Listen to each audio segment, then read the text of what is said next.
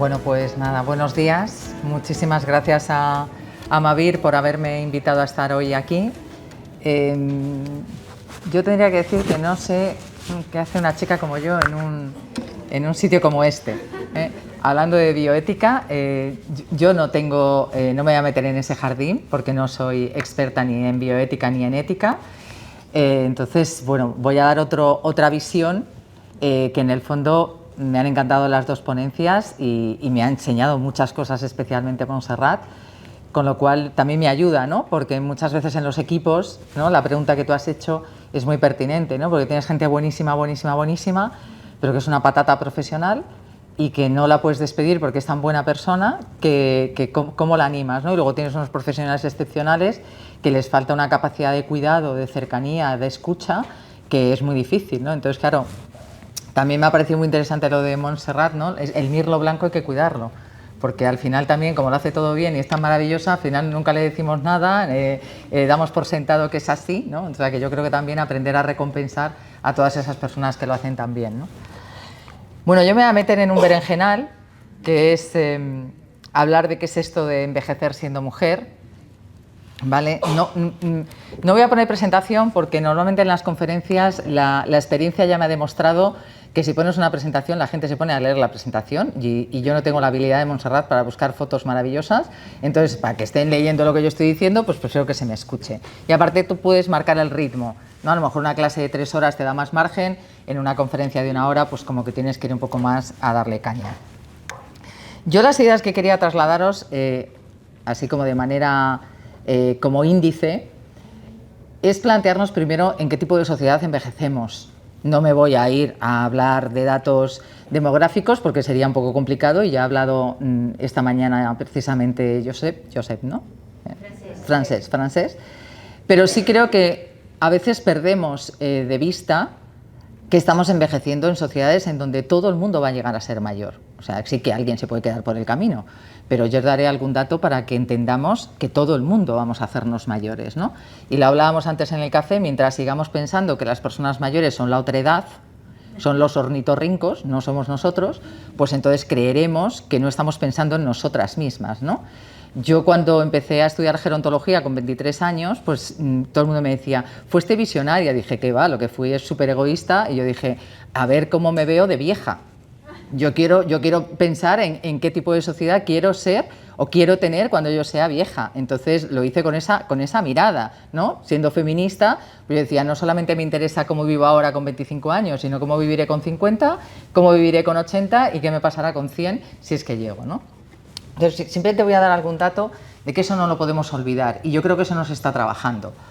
Y cometemos el error de hablar de envejecimiento con personas mayores y de envejecimiento activo con personas mayores, cuando realmente donde deberíamos estar trabajando esto es en los colegios, ¿no? Si estamos hablando de igualdad y de medio ambiente, es a la gente más chiquitilla a la que le tendríamos que estar diciendo, te va a tocar vivir 90 años, prepárate, ¿no? Como decía Rocío Jurado, que vivir es muy cansado. Y vivir es muy cansado. Entonces, como eso no te lo has planteado, pues no tienes idea de lo que puede llegar a ser, ¿no? Después, en relación con lo que ha dicho Francés, yo voy a decir algún dato de que vivimos en una sociedad, sí, está muy bien todo lo que le ha comentado, es decir, la gente está bastante empoderada, gente mayor, pero vivimos en una sociedad absolutamente edadista. El edadismo campa por sus anchas. Nadie quiere que le llamen, bueno, lo de la palabra vieja que yo acabo de decir, a veces me escupen a la cara, es como, ¿cómo estás diciendo eso? Viejos son los trapos, ¿no? Porque realmente tú a alguien le dices joven, no le estás insultando, pero dices viejo y eso es un insulto. Entonces, claro, pues es como antes llamarle a alguien maricón o queer o lesbiana, pues era un insulto, ¿no? Por eso está el orgullo de quienes han cogido esas palabras y se las han apropiado de manera positiva, ¿no? Entonces yo creo que también tenemos que hacer un trabajo de desestigmatizar ciertas palabras que lo están y mucho, ¿no? Pero claro, si juntamos que vivimos en una sociedad edadista con otras discriminaciones como es el machismo, pues claro, ahí ya vemos lo complejo que es para nosotras, porque observamos que desde el feminismo se ha puesto muy poco la mirada en el envejecimiento y en la vida de las mujeres, pero realmente es que en la gerontología no es feminista ni se la espera. Entonces no hay una mirada en absoluto de las desigualdades que supone para las mujeres envejecer en una sociedad donde estamos doblemente devaluadas, ¿no? A eso le podríamos añadir otras muchas discriminaciones, ser migrante, persona LGTB, con discapacidad, etcétera, que seguiríamos sumando, ¿no? Entonces, desde esa doble mirada yo plantearé algunas cosas que tenemos que reflexionar de la doble vara de medir que existe para envejecer en nuestra sociedad siendo hombre o mujer, las dificultades con las que nos encontramos las mujeres, pero también las fortalezas. Cuando yo empecé a estudiar todo esto hace 30 y tantos años en mi tesis doctoral, y os contaré alguna anécdota de estos últimos años en algunos proyectos que he ido haciendo por toda España, pues claro, yo me encontraba muchas dificultades, pero mujeres con enormes capacidades, muchísimas fortalezas, muy empoderadas y que no estaban en ningún libro y que tampoco están en los medios de comunicación en general, ¿no? Entonces, bueno, yo basaré mucho todo lo que os voy a contar, no solo en investigaciones, sino en mi vida personal, en el trabajo con mucha gente mayor, que al final es de quien escuchas cosas estupendas y barbaridades, ¿eh? O sea, que también esto de hacerse mayor, esto de que da sabiduría, bueno, algunas cumplir años, o sea, una persona racista de 80 años es igual de despreciable que una de 25. O sea, cuidado con la edad y con que hay que escuchar a todo el mundo y que todo el mundo tiene razón. Bueno, hay algunas personas a las que no habría que escucharlas nunca y porque se hagan mayores tampoco. Entonces también hay que... Yo voy a estar todo el rato jugando, ¿no?, a este juego de que hay que tener cuidado con esta veneración que a veces nos sale hacia la gente mayor o este desprecio absoluto, ¿no? Tenemos que estar siempre con el cuidado de dónde nos situamos y de ser suficientemente críticas y de poder nadar en la ambivalencia y en la contradicción, porque normalmente es como que o esto es así o esto es asao, y al final no es ni así ni asao, ¿no? Y acabaré con unas pequeñas claves como para superar en gran medida pues esta mirada negativa de lo que significa envejecer en una sociedad que es edadista y que también es machista, y que bueno, pues son claves un poco divertidas, ¿no?, para acabar ya la jornada, que llevamos mucho rato, sobre todo pasando mucho calor. Fijaros que ya desde 2019 en el mundo hay más personas de 65 años que menores de 15. Esto es un cambio de paradigma demográfico, porque no lo es sociológico, le queda mucho para cambiar a la sociología y a la sociedad, para adaptarse a este enorme cambio. Y esto es un hecho imparable, es mundial y sin precedentes. En algunos lugares mucho más, evidentemente en el norte global muchísimo más, pero también el sur global va envejeciendo. Eso sí, cuando tú comparas la esperanza de vida de 2024 en España o en Sierra Leona, pues nosotros teníamos una esperanza de vida que superaba los 84 años y en Sierra Leona tenían la esperanza de vida que teníamos nosotros a casi mediados del siglo XX. Entonces, claro, también nos tenemos que situar cuando hablamos de estas cosas en dónde estamos hablando y sentir el privilegio que tenemos de vivir donde vivimos, siempre con necesidad de mejora, ¿eh? Y de hecho, la esperanza de vida ha cambiado fundamentalmente desde mediados del siglo XX hasta ahora. O sea, en realidad, el aumento de la esperanza de vida hasta el siglo XX ha sido prácticamente la misma. De hecho, utilizaba un ejemplo antes Montserrat de Atapuerca. Se han hecho estudios en fósiles de hace muchísimos miles de años y la esperanza de vida de esos fósiles era prácticamente la que teníamos nosotros en 1900, que eran 35 años. O sea, el gran cambio, el gran salto ha venido de mediados del siglo XX hasta ahora. Demasiado rápido, quizá, para haber sido capaces de asimilar lo que esto supone, ¿no? Y que, bueno, pues que haya periodistas que se atropellan a una señora de 62 años en un paso de cebra y dicen que han atropellado a una anciana. Claro, posiblemente esa persona pues piensa como pensaban a mediados del siglo XX cuando se atropellaba a una señora de 62 años, claro, casi era una anciana, porque la esperanza de vida era mucho menor, ¿no? ¿Esto qué ha sido? Pues esto es el éxito conjunto de la sociedad en su conjunto, de políticas de salud pública, de desarrollo económico, del aprendizaje a lo largo de la vida, de la cooperación. Esto es lo que nos ha permitido llegar hasta aquí y de hecho hay estudios internacionales que nos dicen, por ejemplo, que las generaciones que ahora están llegando a tener unas edades tan avanzadas vienen de una época en la que en los años 80 se montó el sistema sanitario español y sobre todo los centros de atención primaria. No nos salvan los hospitales, fundamentalmente nos salva la atención primaria, pero sí hay que defender tanto la salud pública, porque esa es la que nos permite ampliar la esperanza de vida y cronificar cosas de las que antes uno se moría. Ya lo han comentado aquí, ¿no? Se vivía poco y se moría rápido. ¿Esto qué ha hecho que se haya alargado mucho la esperanza de vida? Primero, no es cierto que se haya alargado la vejez. Se han alargado todas las etapas de la vida, o sea, todavía te encuentras a alguien que está con su hijo de 6 años intentando enseñarle a ver si se sabe atar la zapatilla, ¿vale? Es decir, antes una persona de 85 años, cuando tenía 6, ya cuidaba de 3 hermanos y trabajaba en el campo, ¿no? Y ahora estamos hablándole despacio, cuidado con no utilizar la palabra no, Y, bueno, y que no utilice un cuchillo no vaya a ser que se corte. Entonces, se ha alargado todo, porque dejar a una persona joven es hasta los 35. O sea, explicarme, ¿no? Entonces, claro, yo ya no sé cuándo eres adulta y, por supuesto, mayor, ya no tiene ningún sentido que hablemos que es a partir de 65 años. Esto lo tenemos que modificar, o sea, tendremos que crear otro concepto, segunda adultez, geroadolescencia, y alguien mayor, pues ya será a partir, pues sí, porque la adolescencia se la inventó la psicología evolutiva, porque dijo, aquí hay una gente muy rara que no son niños, pero no sabemos qué les pasa, vamos a llamarlos adolescentes, pues a lo mejor a la gente que ahora tiene 60 y tantos, 70 y tantos, 80, le podemos llamar geroadolescentes, porque también están ahí en que si cambio de orientación sexual, si me voy con otra pareja, que si echo a mi hija de casa, o sea, hacen muchas cosas, ¿no? Entonces, yo creo que es un momento también de rebelión, ¿no? Y de rebeldía y de muchos cambios, y yo creo que ya hay que cambiar eso, y a lo mejor podemos hablar de vejez a partir de 80 años, que cuadra más con lo que todos tenemos en la cabeza, ¿no? Entonces, ha cambiado estas etapas de la vida. Yo cuando era joven, el carné joven estaba hasta los 23 años, punto, ahora no, ¿no? Y ha cambiado todas las demás etapas, pero ha cambiado muchísimo la estructura de la población y ha cambiado la esperanza de vida, como os decía. Es que simplemente que tengamos en la cabeza que en el año 1900 la esperanza de vida era de 35 años, pues es que sociológicamente alguien de 60 era la Virgen de la Moreneta que había que ponerla en un pedestal.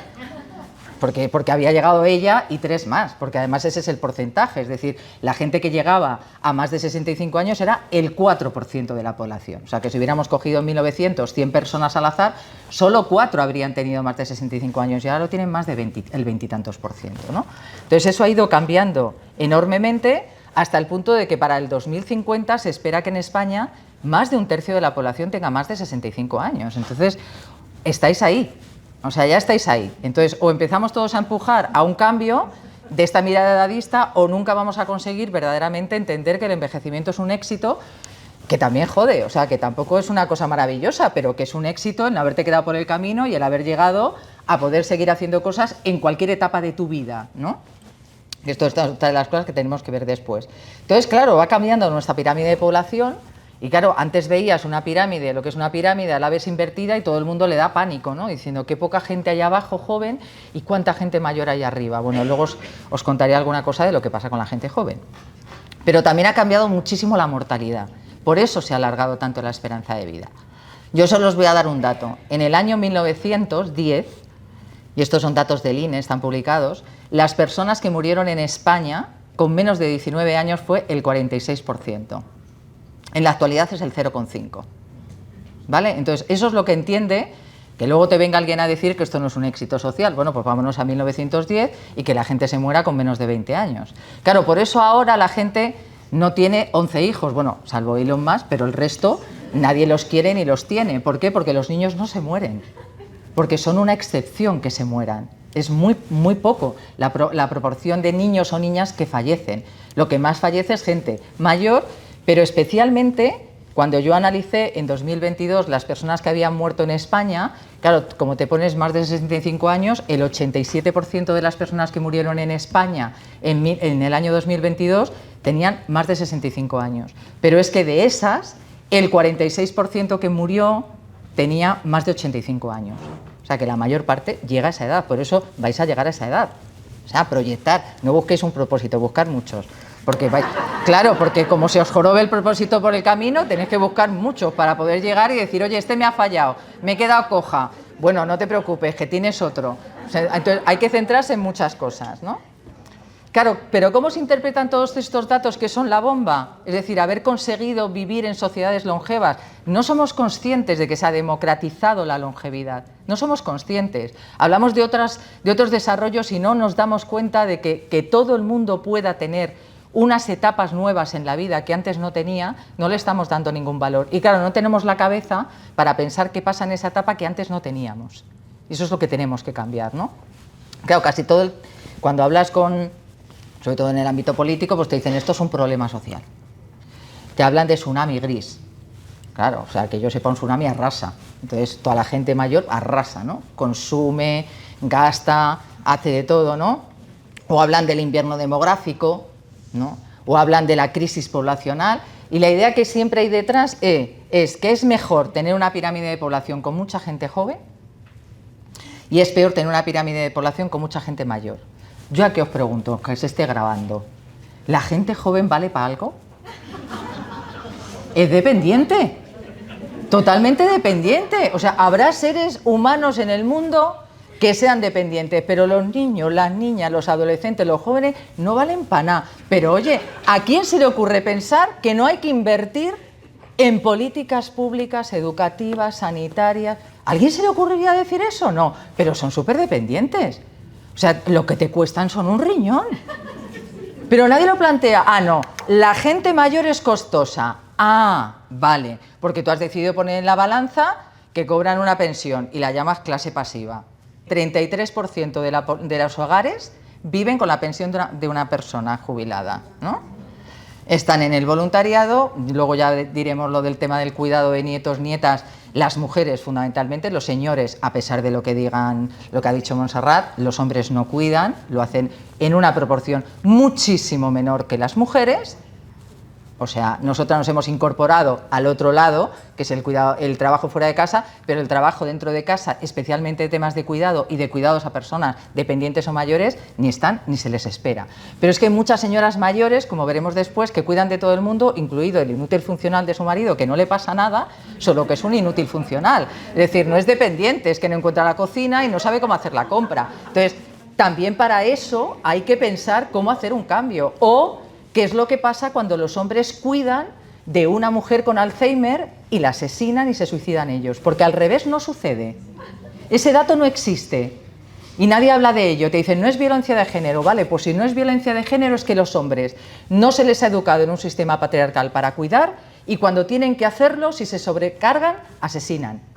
Haz lo que quieras, pero inclúyelo entonces en la ley de autonomía y de dependencia para que los señores que tienen que cuidar aprendan a hacerlo. Porque ellas en un 82% cuidan de todo el mundo y no matan a nadie. Vamos a llamarlo como queramos, pero hay que poner quién cuida, porque quien cuida no son las familias, son las mujeres de las familias. Y eso hay que visibilizarlo. ¿Vale? ¿Cómo se nota que sois muchas mujeres? Bueno, ¿qué pasa frente a todos estos datos? Que, insisto, es un cambio demográfico increíble, es un éxito de la humanidad. A mí hay veces que cuando me dicen es un horror ir a un hospital que está lleno de gente mayor, y yo le digo, claro, a mí me encantaría que estuviera lleno de niños moribundos, oncológico, ¿no? Con cáncer. ¿Eso nos gustaría a alguno? No. Ahora, lo que nos tenemos que preguntar es, ¿en las facultades de medicina y de enfermería preparan a la gente para trabajar con gente mayor? ¿Los hospitales están diseñados para atender a gente mayor? ¿La sociedad en su conjunto está...? No. Entonces, el problema no es que envejezcamos, sino que lo estamos haciendo en una sociedad que está de espaldas a lo que significa envejecer. Que eso es lo que nos tendríamos que plantear, porque hay más pediatras que geriatras.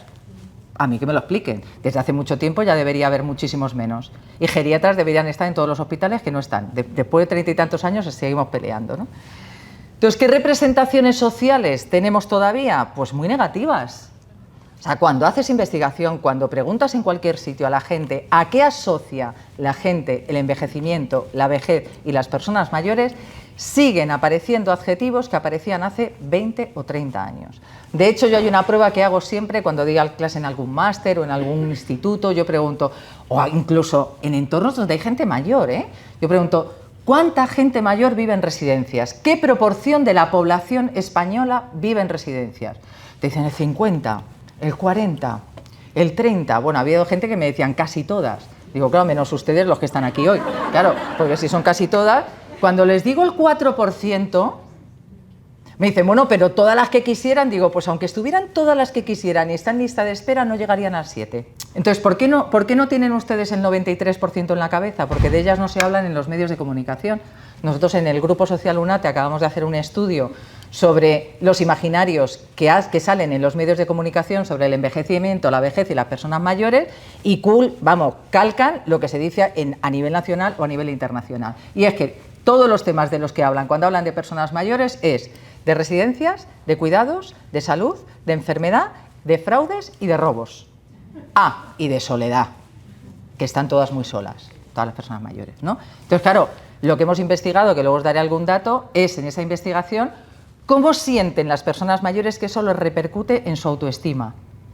y en su autoconcepto, porque si yo estoy escuchando todo el rato que las personas mayores están solas, son frágiles, son dependientes, eso te termina minando. De hecho, me decía un señor en un grupo focal, yo estoy tan crecidito y hago tantas cosas que de vez en cuando pienso, si al final la vida me va a dar un palo. Porque yo no debería estar tan crecidito y haciendo tanto, debería estar como dicen los medios, ¿no? Pensando en que me van a estafar, pensando en que estoy muy solo, pensando en que me voy a caer, y yo le decía en el grupo, digo, tú sal mucho porque los datos demuestran que el 80% de las caídas son en casa. Así que hay que salir, o sea, tú sal todo lo que puedas porque vas a disfrutar de la vida y no te vas a romper la cadera, en casa te la vas a romper, ¿no? Entonces, ¿cuál es el modelo que seguimos teniendo en la cabeza? Pues seguimos teniendo un modelo totalmente biomédico. Y esto viene, yo lo estudié cuando hice mi tesis, desde dónde vienen las representaciones sociales, los imaginarios que tenemos ahora en la cabeza. Pues vienen fundamentalmente de un momento histórico en el que las ciencias que más estudiaron el envejecimiento fueron las ciencias de la salud. Con lo cual se terminó construyendo una mirada muy pegada a la biología, a la medicalización, y la seguimos arrastrando, ¿no? Simplemente algunos datos de cuando tú le preguntas a la gente a qué asocian el envejecimiento, claro, por eso nadie de los que estamos aquí queremos envejecer, a enfermedad, deterioro, dependencia, decrepitud, fragilidad, pérdidas, ¿no? Según el cual, cumplir años para mucha gente es sinónimo de patología. Sí o sí vas a ser una persona con problemas. Que yo utilizo mucho el concepto de dependencia o de vulnerabilidad. Incluso con mi equipo, cuando redactamos una subvención, digo, cuidado, dependientes y vulnerables lo somos toda la vida. Eso es un concepto antropológico. El problema es situar la dependencia solo en determinados momentos cuando necesitas cuidado, y porque hemos entendido el cuidado como el apoyo a una persona dependiente, no como vivir en comunidad. No entender que cuidar es mirar a la otra persona, compartir con la otra persona e interesarte por la otra persona. Por eso cuidar no solamente es recibir cuidados físicos, sino si yo puedo ir a un teatro, si yo puedo consumir cultura, o si yo puedo participar o puedo tener relaciones sexuales, ¿no? Este modelo además nos muestra que la vejez está tremendamente medicalizada, especialmente la de las mujeres. Ya Europa nos ha dicho que somos el país de Europa en donde las mujeres mayores toman más psicofármacos. Claro, luego diré por qué, pero fundamentalmente es porque si sacas los pies del tiesto, lo mejor es que te tomes un psicofármaco para controlar esa ansiedad y poder dormir mejor. También se plantea el envejecimiento como si fuera un fenómeno curable, ¿no? De ahí todas las terapias antiedad, que yo digo, ¿qué será antiedad? Muérete, ¿no? Si tú no quieres...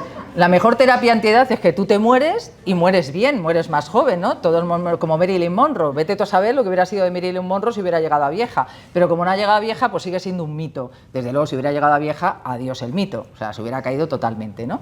Entonces, esta idea es mucho más perversa de lo que creemos, las terapias anti-aging, porque además estoy comprobando a nivel europeo se dedican muchísimos fondos a las investigaciones genéticas para alargar los telómeros, esa parte de las células que hacen que no parezcamos tan viejas como somos. Es decir, se está investigando mucho más en la apariencia del envejecimiento que en los derechos y los recursos para envejecer con bienestar y con derechos en una sociedad que no mire mal el hecho de envejecer, ¿no?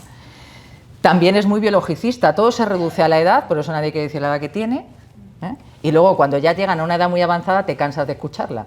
Claro, porque dices, yo es que tengo 89, claro, es que llegar ahí es muy difícil, entonces ya luego te la están repitiendo, pero como estés entre los 60 y mucho y los 70 y poco, estás ahí como que no lo digo, ¿no? Porque no queda bien. Y además nos fijamos mucho en el cuerpo, y eso también es terrible, ¿no? Esta idea de que yo veo un cuerpo frágil, un cuerpo encorvado, con un bastón, en una silla de ruedas, y yo no pienso que todas las mañanas se masturbe. Yo eso no lo pienso, y a lo mejor lo hace. Pero claro, como yo no lo pienso, digo, esta señora lo que le viene bien es que la hable, bueno, o no. A lo mejor esta señora lo que quiere es que la dejes en paz por la mañana, como me contó hace poco una señora muy mayor, que es que fue muy divertido, con 80 y tantos años había descubierto que tenía clítoris, antes no la había la pobre mujer, pero había ido a un curso y entonces me decía, yo ahora hago una cosa, todos los días cuando me levanto, me masturbo, desayuno, me ducho y ya voy a la calle, no vaya a ser que me pase algo y yo ya esté masturbada. Yo dije, ya, después de esto, ya lo he escuchado todo. Bueno, porque en el fondo, y era una señora que tú la veías y claro, decía, esta señora hace croquetas muy ricas y es una buena abuela. Pues además de ser una buena abuela y hacer croquetas, esta señora ha descubierto que tiene una parte de su cuerpo que además es muy divertida, decía, y que además no vale para nada más que para darte gusto. O sea, no vale para nada más, porque el pene vale para muchas cosas, pero esto solo vale para eso. O sea, que imagínate quién nos lo habrá puesto ahí, ¿no? Luego otra idea es que no hay una mirada de curso vital. El envejecimiento, tú te haces mayor y de repente tú ya eres vieja. ¿no? Tú no tienes una historia de vida, tú no tienes una trayectoria, o sea, entonces, ¿qué es lo que convertimos? A todas las personas mayores en iguales, claro, en una residencia, en el diseño de una política pública, en un centro de mayores. Esto es, a todos les gustan los boleros. Dices, bueno, perdona, los Rolling Stone tienen más años que el Hilo Negro, ¿eh?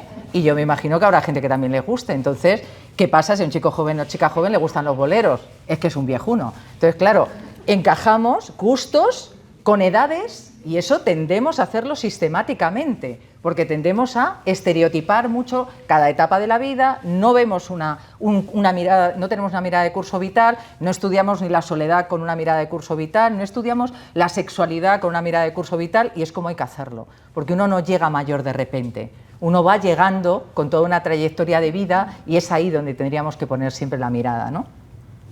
Evidentemente, este modelo es muy edadista, porque cuando se habla de vejez se habla de declive, nunca se habla de desarrollo, ¿no? Si una niña de 5 años cumple un año, tiene 6, decimos que ha crecido. Una señora de 85 años cumple 1, tiene 86, decimos que ha envejecido.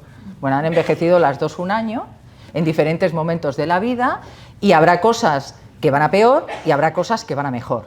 El problema es que estamos en un cambio constante, pero que no vemos, porque nos falta, como decía Montserrat, esa mirada sobre lo que significa envejecer, que muchas cosas es cambiar y otras muchas cosas no cambian. Por eso mucha gente mayor te dice, yo no siento que tenga 82 años.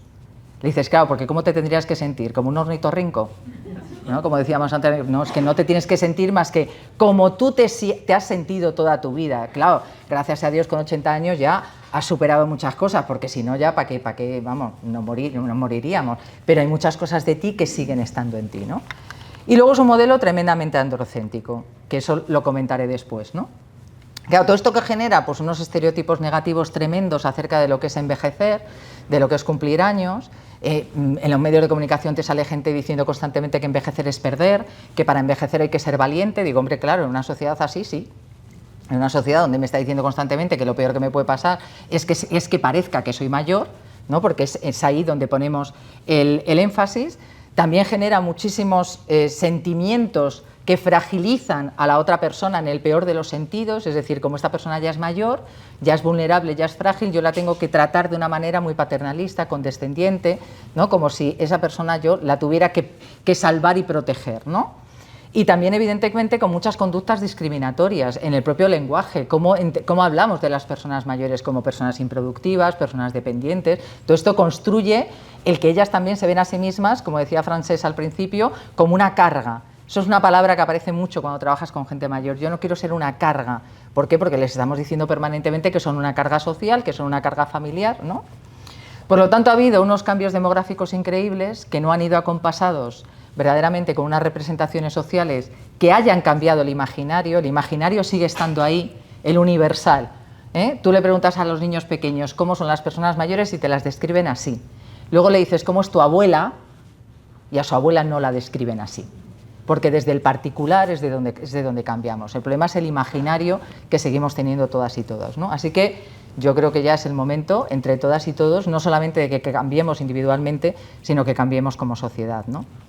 Decía un gran demógrafo que es Julio Pérez Díaz, que debemos aceptar que el envejecimiento demográfico no es en sí mismo un problema y mucho menos una crisis, y por tanto no es ni conveniente ni factible corregirlo o revertirlo.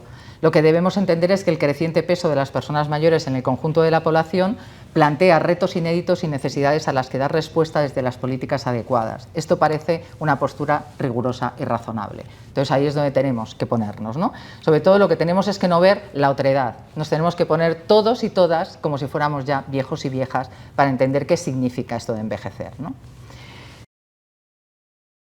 Y en gran medida en nuestra sociedad lo que nos dicen es que es mejor ser joven que ser mayor y es mejor ser hombre que ser mujer. Y eso sigue estando en el panorama, ¿eh? De hecho, nosotras hemos cocinado y cosido toda la vida, ¿no? Pero cuando esto se ha convertido en una profesión, vaya, qué casualidad que los modistos y los chefs, ¿no? Tienen muchísimo prestigio, y como yo trabajo mucho el tema del lenguaje, no es lo mismo decir modista que modisto, ¿verdad? Ni cocinera que cocinero. Bueno, pues seguimos estando ahí, ¿no? Ojalá que a lo mejor el tema de los cuidados algún día les interese a los señores y entonces se profesionalice y se convierta en algo importante, porque como lo seguimos ejerciendo las mujeres en mayor medida, pues tiene menos valor, ¿no? Entonces, ¿dónde podemos ver, por ejemplo, este doble sesgo, ¿no? Para envejecer?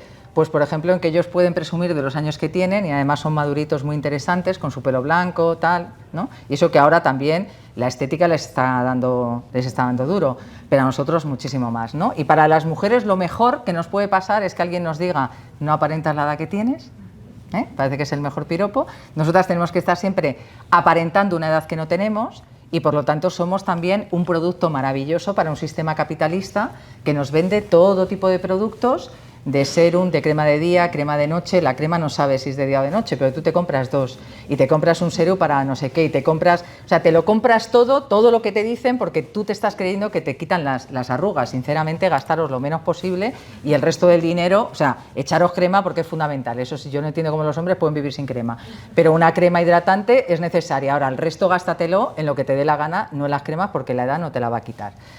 Creo que estamos mejor y estamos avanzando mejor en este tema, las mujeres de más edad, que ahora me estoy encontrando con muchas chicas que me están hablando de botox preventivo a los 18, a los 19 y a los 20 años. Y muchas youtubers menores que venden todo tipo de productos y que hace muy poco el presidente de la Sociedad Española de Dermatología decía que se están encontrando con muchísimos problemas de niñas pequeñas con muchísimos problemas en la piel, ¿no? Porque al final esto está calando. Yo no sé si ya las viejas estamos más empoderadas y son las que están ahora por detrás a las que se les está machacando más, ¿no? También para las heterosexuales el fin de la etapa reproductiva es también la caña. O sea, mientras tuvimos la regla éramos unas histéricas, pero ya con la menopausia, ¿para qué nos vamos a...? Hay chistecitos, hay todo tipo de bromas, hay todo tipo de... Bueno, se lleva estudiando muy poco, desde los años 90 la menopausia, pero aún así se ha medicalizado, se ha patologizado. Menos mal que ya este año por fin la revista Lancet ha dicho que no es una enfermedad. Hemos tardado 30 años de investigación desde el feminismo, la salud del feminista, pero ya ha dicho no es una enfermedad, se puede dar de muchas maneras, con muchísimos síntomas o con ninguno, ¿no? Entonces, bueno, menos mal que estamos ya un poco ahí. Decía Teresa del Valle, una gran antropóloga feminista del País Vasco, que por desgracia falleció este año, decía que a las mujeres se nos considera mayores a edades más tempranas que a los hombres. Y esto es clave. Por eso, por ejemplo, cuando hay estudios en el mercado laboral, nosotras nunca tenemos la edad adecuada para nada. O somos demasiado jóvenes o ya somos demasiado mayores, ¿no? A la edad de 50 y tantos años, que podemos pensar que vivimos en una sociedad edadista y a los hombres también se les machaca en el trabajo, pero a nosotras se nos machaca mucho más, porque ellos puede que estén todavía en la cúspide y nosotras estamos un poco ya en caída libre, ¿no? Entonces todavía esto se nota más. ¿Para qué os cuento de la actividad sexual? Bueno, ellos parece, ¿no?, este mito de que ellos son seres sexuales y que necesitan mucho sexo, verdaderamente quienes tienen problemas con el envejecimiento y la sexualidad son más ellos que nosotras, porque como decía esta señora de 85 años, el clítoris no envejece, el pene sí. Entonces, los que tienen más problemas son ellos, pero se sigue hablando más de la sexualidad masculina, de que ellos pueden, que ellos tienen derecho, o que os digo, de la erótica heteropatriarcal que nos habla de un hombre mayor con una chica joven. Al revés, es ridículo, patológico, ¿no? Que como le decían a Cher hace poco, que tiene 70 y tantos años y está con uno de 40 y tantos años, y le decían, ¿qué habrá visto este chico en esta mujer? Y dices, claro, al revés no nos lo preguntamos, ¿no? ¿Qué habrá visto una chica joven en un hombre mayor? En los medios de comunicación, en las películas, en las series, hay muy pocas mujeres mayores protagonistas de las historias, muy pocas. Hombre, ya no estamos en la época de Ben-Hur, en donde la madre y la hermana de Ben-Hur no tenían ni nombre. Eran la hermana y la madre de Ben-Hur. Ahora ya van teniendo nombre, ¿no? Pero esos nombres en muchas ocasiones, bueno, se cuestionan, ¿no? Hace poco a Judy Foster, que ha hecho una serie de inspectora, tiene 60 y tantos años, no se ha operado, se le nota que tiene 60 y tantos años, la entrevistó un periodista que teníais que ver al señor, no era Richard Gere, ¿no? Y le dijo, es que usted aparenta la edad que tiene. Dijo ella, ya, gracias, sí. Es que una inspectora de 60 y tantos años dijo, hombre, acaban de sacar una serie Robert De Niro y Al Pacino que tienen 80 años, a ver qué inspector sigue teniendo 80 años y curra. Pero nadie los cuestiona, están ahí, son divertidísimos, estupendos, y ella hace una serie, o sea, como no hay arquitectas, médicas, trabajadoras sociales, conductoras de auto, no hay ninguna con 60 y tantos años, ¿no? Esas han desaparecido. Entonces, ¿con qué nos quedamos? En líneas generales, claro, si hay alguna serie que rompa, o está producida por mujeres, guionizada por mujeres, dirigida por mujeres, algunos hombres cada vez van poniendo más la mirada, también es cierto, pero cuesta más, o nos convierten en la abuela de España, como pasó con María Galeana. Estuvo en el Cuéntame cómo pasó durante 22 años, la entrevistaron cuando acabó la serie y a mí me impactó la entrevista porque dijo: llevo 22 años intentando que los guionistas me dejen sacar los pies del tiesto y no me han dejado. A mi hija en la serie la han dejado estudiar, la han dejado montar una empresa, le han permitido enfrentarse a su marido, pero a mí me han convertido en la abuela de España. Y a mí me parece que eso es perder una oportunidad, televisión española, en prime time, ¿no?, en horario de máxima audiencia, de poner una señora, como decía ella, tan sencilla como yo.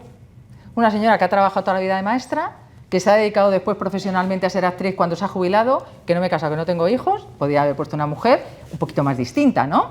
Pero no, la ha convertido en la abuela de España. Vale, a revuelta. Invitó a Ana Belén Broncano, ¿no?, y se puso a bailar con ella una bachata. Y el regidor tuvo las narices de poner debajo: yayas de España, mirad cómo está Ana Belén. Vale, Ana Belén no fue invitada por Broncano por ser la abuela de nadie, fue invitada por ser artista. Entonces no pongas yayas de España, pon mujeres de España, mira a Ana Belén, en todo caso. Entonces esta idea de nombrar a las mujeres mayores solo con el rol de abuelas, que sucede más que con el de abuelos, es porque somos lo único que podemos hacer. No podemos hacer ninguna otra cosa, ¿no? No hay mujeres que puedan estar luchando por el medio ambiente, por sus barrios, por el derecho a abortar o por cualquier otra cosa, ¿no? A la señora solo le interesa, que además hay veces que yo pregunto, cuando los periodistas piensan a quién pueden entrevistar hablando con personas mayores, es como en temas de mayores. Que dices, ¿cuáles serán los temas de mayores? O sea, ¿qué te piensas? ¿Que a la gente mayor no le interesa Trump, hablar de Trump, de lo que está pasando en Gaza, de lo que pasa en su barrio, de lo que sucede con el medio ambiente? O sea, ¿tú te piensas que solo le interesa el qué? El omega 3 y cómo proteger la osteoporosis. Entonces, esa mirada es totalmente sesgada y sucede aún más en el caso de las mujeres mayores. De hecho, en el estudio que os decía que hemos hecho en Cantabria, cuando le hemos preguntado a hombres y mujeres cómo les afecta el imaginario edadista que sale en los medios, a quien más afecta ese imaginario es a las mujeres, a las personas de más edad y a las que tienen menor nivel de estudios. Por lo tanto, claro que afecta. ¿Por qué? Porque ellas ven que si hablan de señores suele ser profesionales, hombres públicos, y si hablan de mujeres son en temas de cuidados, de la casa, de que se ha caído. Por lo tanto, se tiene una mirada muy sesgada, ¿no? Y todo esto influye, evidentemente, en la actitud que mostramos hacia las mujeres mayores, ¿no? Las tratamos como con descendencia, que tenemos que opinar por ellas. Yo creo que nos hacen pajolero caso, o sea, eso lo tengo claro, ¿no?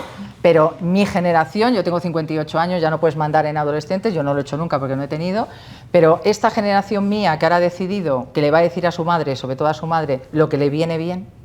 ¿Cuántas veces habéis escuchado, mamá, a ti lo que te viene bien? Que claro, te dice la madre, si yo te dijera lo que te viene bien a ti, si yo te lo dijera, pero no me dejas, ¿no? Entonces, hace poco me decía una señora que su hija se había ido a vivir a Zaragoza y ella vive en Cantabria y le dice, mamá, cuando llueva, no salgas. Y dice, ¿cómo que cuando? Entonces no salgo nunca. O sea, es como... Y claro, a mí me parece muy bonito lo que le dijo, mira, cuando tú eras pequeña, que quisiste patinar, yo me tragué mi miedo y te puse unas rodilleras. Cuando te quisiste ir de Erasmus, a no sé qué universidad, que ya ni recuerdo porque era impronunciable, yo me tragué mi miedo y te fuiste. Cuando te fuiste con aquel tío que no me gustaba absolutamente nada y al final no te quise decir que yo tenía razón, te fuiste. Pero ahora que yo quiero hacer mi vida, tú te tragas tu miedo y yo hago mi vida. Porque nuestra generación ha decidido lo que le viene bien a las personas mayores. Opinamos por ellas, le ponen su casa ya a nuestro nombre, este tipo de cosas, para que luego no paguemos herencia. Bueno, la herencia es un invento antiguo. Si te toca pagar, te jorobas. Y si no puedes heredar, no heredas. Porque yo lo que le digo a las señoras es que hagan un cálculo de cuánto van a vivir y se lo pulan. Que se lo pulan todo. Digo, el dinero del banco y la casa. O sea, literalmente, todo esto ya es para ti. Tú ya has dejado todo lo que tenías que dejar, ¿no? Lo que sí os digo es que este es el panorama. Ahora, las mujeres mayores están mucho más empoderadas del imaginario que tenemos en la cabeza, que tenemos en las familias y que sale en los medios de comunicación. O sea, son mucho más las chicas de oro, mucho más, que yo crecí con esa serie, de lo que nos pensamos. O sea, yo llevo varios años viajando por toda España en varios proyectos El otro día nos tuvieron que desalojar en Palencia, en el tren que yo iba de Madrid a Santander, y cuando salimos todos y todas, dije, por Dios, si este tren va lleno de viejas. Iban solas, en pareja, en grupos más grandes, y digo, pero si es que el mundo son las viejas, están en todas partes. Viajan, van a conferencias, compran libros, están en todas partes. O sea, el mundo se para, como las viejas de repente digan, protestamos, nos quedamos en casa, el mundo se para. O sea, yo cuando miré, había un chico más o menos un poco más joven que yo, le miro y le digo, salvo tú y yo, aquí llegamos al Pleistoceno sumando la edad de toda esta señora. O sea, ¿dónde van? Claro, yo dije, como nos habían desalojado, yo aproveché a preguntar, ¿dónde va usted? Yo a casa de mi hija, porque es un poco pesada y ya tengo que ir a verla, que ya podría venir ella, pero voy yo. Las otras, uy, es que no conocemos Santander, nos vamos a ver la bahía. Todas de picos pardos, digo, señora, pero ustedes no se dan cuenta de que vivimos en una sociedad machista y edadista que las discrimina. Me dice, ¿qué dices? Me decía, ¿pero tú qué estás diciendo? Entonces, yo empiezo siempre estas conferencias así, pero que tengamos claro que las señoras ya están muy subiditas. O sea, en realidad yo voy a tener que hacer algún monólogo para rebajar el nivel, porque yo las veo que están muy empoderadas, tomando ya decisiones con muchos propósitos, ¿no? Esta idea, hace poco me decía un grupo, ya nos hemos empoderado, nos hemos juntado a las 6 amigas que somos y hemos ido a ver a todas nuestras familias, todas juntas, porque ahí hace expresión. Habiéndonos tomado antes, digo una tila, dice no, una tila no, un cubata, nos tomamos un cubata antes, para decirles que ya no queremos estar con las familias en Navidades. Están bordeando el límite, o sea, esto ya es el más allá, o sea, esto es Blade Runner. Y me decían, pero no ha pasado nada, si lo mejor es que no ha pasado nada. O sea, luego la familia decían, ay, pero ¿de verdad estabas tan cansada? Y dice, hombre, yo llevaba ya 3 años diciendo que no quería hacer el cordero de Navidad, pero me decíais que se me daba tan bien y me gustaba tanto que he seguido hasta que he dicho, se acabó, está muy caro y ya no lo hago. Entonces, están tomando decisiones, pero cuidado, lo están tomando mucho más de manera grupal. Por eso es tan importante que las mujeres sigan tejiendo red y que manden a sus familias a vivir lejos, ¿no? Porque así van en trenes, luego se estropean las catenarias, porque claro, estamos todo el día viajando, pero que los manden lejos, ¿no? ¿Cuánto me queda? Bueno, me queda poco, ¿no? Vale, 15 minutos, ¿no? Vale. En cuanto, por ejemplo, a la esperanza de vida, que esto también es muy interesante. Claro, vivimos mucho más tiempo las mujeres y desde 1900 ahora se ha ido acrecentando la diferencia en la esperanza de vida entre hombres y mujeres. Eso que nos dijeron, que íbamos a fumar igual, que íbamos a beber igual, no sé cuánto más, bueno, pues eso no nos está afectando tanto. Ahora, llegamos en peor situación que los hombres. Tenemos una esperanza de vida mayor, pero con menor esperanza de vida libre de discapacidad o de dependencia. Y ahí hay varios factores. Primero, muchas de las mujeres que están llegando a edades muy avanzadas no pudieron estudiar. Y la reserva cognitiva que ellas tienen es menor que la reserva que tendremos las que estamos aquí. Por eso el Alzheimer ataca mucho más al cerebro de las mujeres que de los hombres, y en gran medida se sabe que es porque tienen menos reserva cognitiva. Así que animar a todas las mujeres mayores con las que estéis a que accedan a la cultura, a que lean, a que estén en un club de lectura, a que vayan a un teatro, porque todo eso las activa el cerebro, que bailen. Bailar es una de las cosas que más activa el cerebro, porque no puedes estar pensando si te has dejado el gas abierto, porque si no, no sigues los pasos. Estás ahí ejercitando memoria, coordinación y te estás moviendo. Entonces, cuidado sabemos que llegamos a edades más avanzadas, pero en peor situación. En gran medida por todos la época en la que ellas se socializaron, pero también hay otra cosa que está totalmente demostrada. Por eso los estudios que se basan solo en el sexo nos dan menos información que los que estudian desde una perspectiva de género. El haber sido seres para otros, el haber estado permanentemente cuidando de todo el mundo, pensando en todo el mundo, pero además trabajando dentro y fuera de casa, las ha llevado a estar agotadas. O sea, de hecho, su cuerpo, en gran medida, las mujeres que han estado cuidando de mucha gente durante mucho tiempo tienen muchos problemas muy parecidos a las personas profesionales que se dedican al cuidado. Por lo tanto, no es una cuestión biológica, Es una cuestión en gran medida de toda la carga que llevan encima, ¿no? En un proyecto que estamos haciendo, que ya acabamos de terminar, que se llamaba Desconocidas, los retos de las mujeres que son mayores, hemos hecho una campaña que se llama Soy mujer, soy mayor, soy visible, y dábamos un taller de empoderamiento por diferentes lugares de España, ¿no? Y me acuerdo que una señora en un pueblo me decía, a mí me pusieron una mochila de niña que yo no me he sabido ni me he podido quitar. Me la llenaron de piedras, pero eso sí, cada vez tengo menos piedras. Eso me parecía una metáfora preciosa, ¿no? Esta idea de yo ya voy haciendo revisiones que no pude hacer cuando era niña, posiblemente tampoco de adulta, pero muchas te dicen, este es mi momento. Entonces, si ese es su momento, a pesar de llegar con fragilidad, con pocos recursos, a lo mejor enfermas, entendamos que esa puede ser un momento de oportunidad para ella que no lo ha sido nunca. Y no las carguemos con esta idea de que a las mujeres les encantan sus hijos. Por favor, a muchas no, pero no lo van a decir, ¿eh? Y sus nietos, algunas no los quieren tanto como dicen, pero a ver quién lo dice, ¿no? Estuve hace poco, ya esta es la última anécdota que os cuento, estuve hace poco en un grupo en Vitoria que era claves para envejecer, claves de supervivencia para envejecer como te dé la gana, ¿no? Y había mujeres de todas las edades, ¿no? Y luego hacía una dinámica con ellas. Y entonces en una se sentó una señora que tenía 80 años, con 50 y tantos, 40 y pico, y una de 20 y muchos 30, ¿no? Y entonces dice la mayor, uno de los ejercicios era, ¿qué barreras encontramos para poder envejecer como queremos, ¿no? Y dijo, yo, mi hija.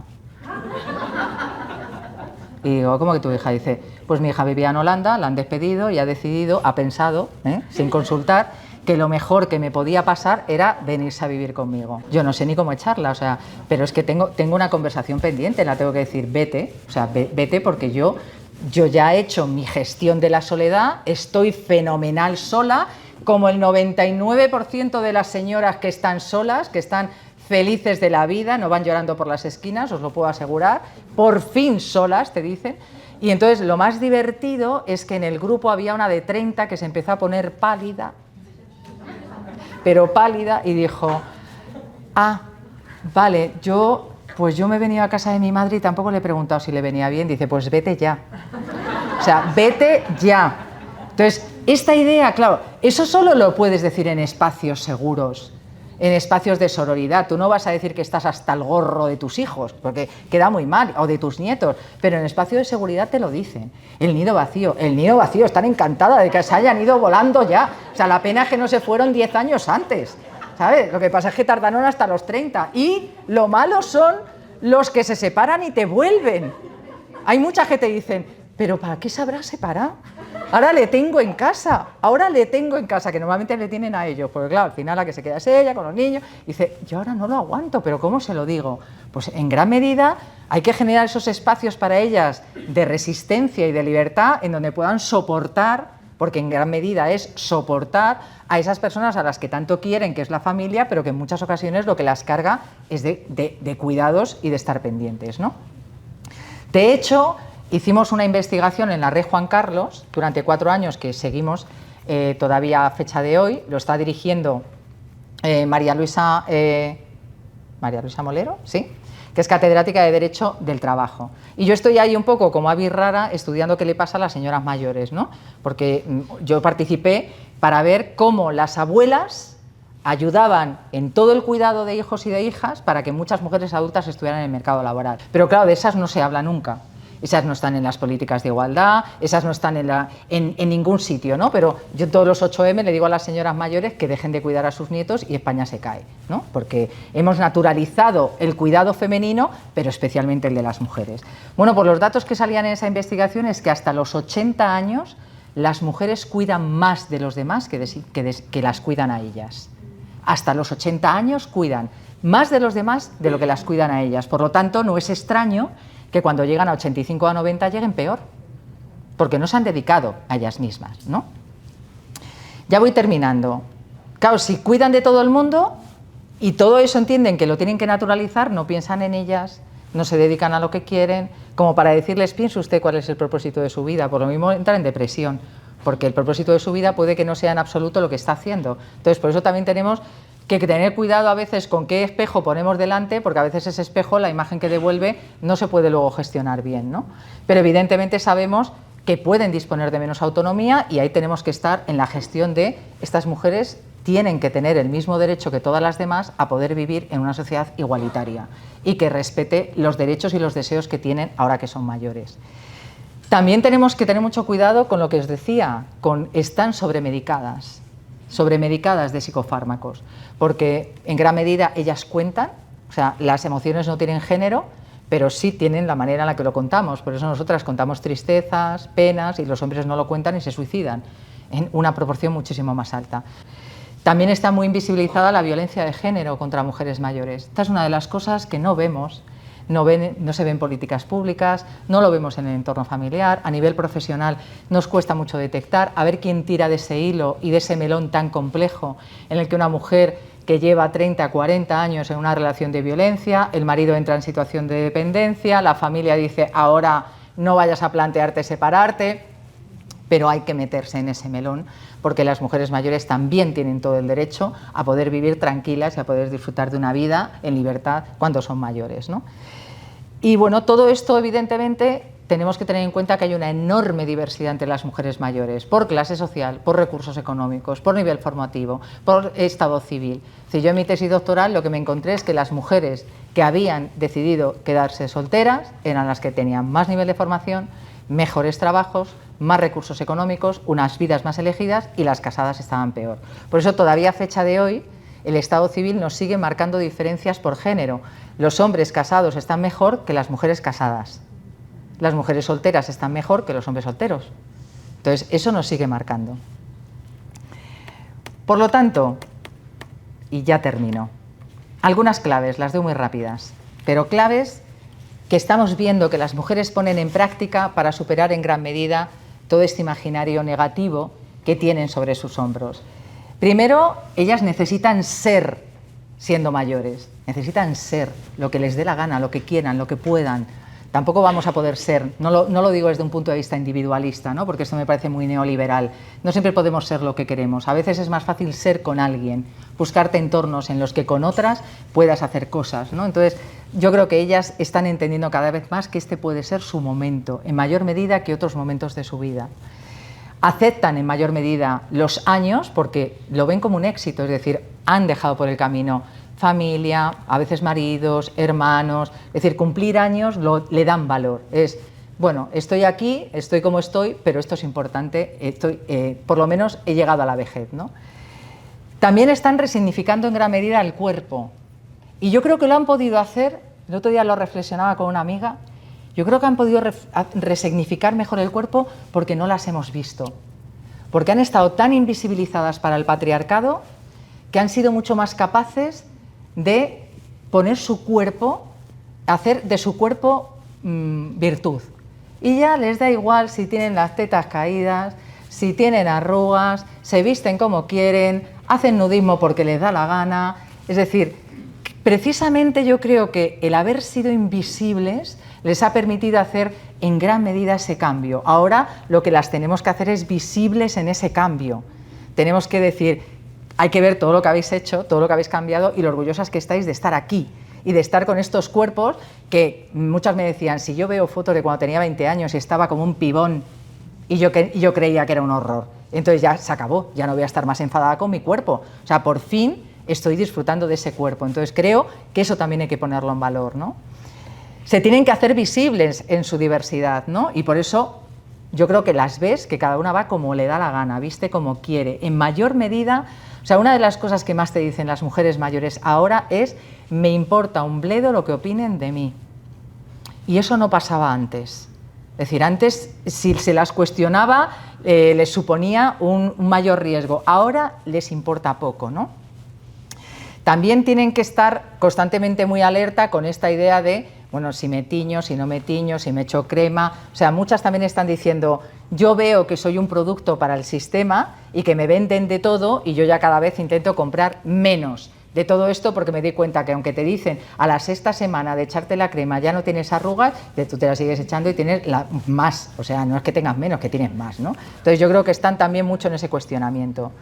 En decir que son seres para ellas mismas, no individual, sino para ellas como grupo. O sea, el ellas, el nosotras, aparece muchísimo en el relato de las mujeres mayores. Y yo creo que el cambio no lo han hecho ellas solas, lo han hecho porque han ido cambiando en grupos, en pueblos, en barrios, en ciudades. Esa sororidad, esa comunidad ha sido fundamental para ellas y han sostenido en gran medida las comunidades, ¿no?